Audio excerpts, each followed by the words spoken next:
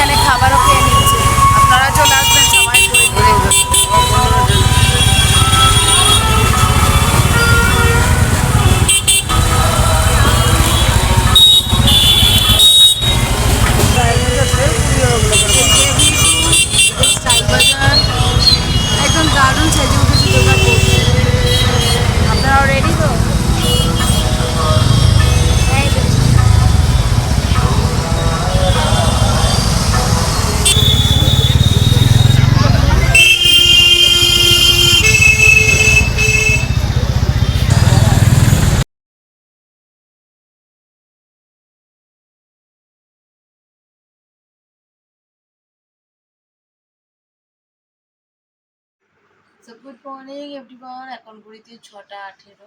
মিঠিকে উঠিয়ে দিয়েছি।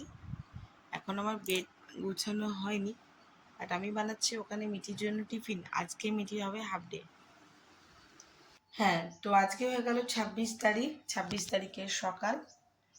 শুভ চতুর্থী সকলকে জানাই। সকাল সকাল এই দেখো আমার মেয়ের জন্য আমি এখন করব রুটি। আজকে হলো ওদের লাস্ট স্কুল, হাফ ডে হয়ে ছুটি হয়ে যাবে। আর 8 তারিখ থেকে হাফ ইয়ারলি এক্সাম। সো তোমাদের সঙ্গে জানিয়ে দিলাম সকাল সকাল। তো সকাল সকাল আমার বেটি যাবে স্কুল। দুদিন ছিল ছুটি, স্কুল থেকে ছুটি দেওয়া হয়েছিল।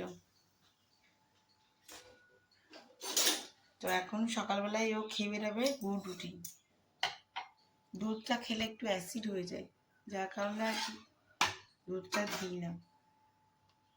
তো দেখো আমি এখন রুটি করবো। ওখানে রুটিটা খেয়ে বেরোবে। আর দুটো কেক দিয়ে দেবো যদি খিদে পেয়ে যায় বাই চান্স। এত সকাল বেরায় তো দুটো কেক খেয়ে জল খেলেও পেটটা একটু ভরে থাকবে। ওই সেই 12টা নাগাদ ঘর ঢুকে যাবে আর কি।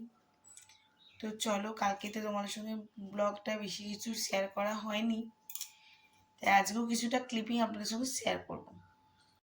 সো গুড মর্নিং এভরিওয়ান, আমি অসীমা ডেইলি ব্লগিং চ্যানেলে আবার একটি নতুন ভিডিও দিয়ে আপনাদের সকলকে আবার একবার স্বাগত।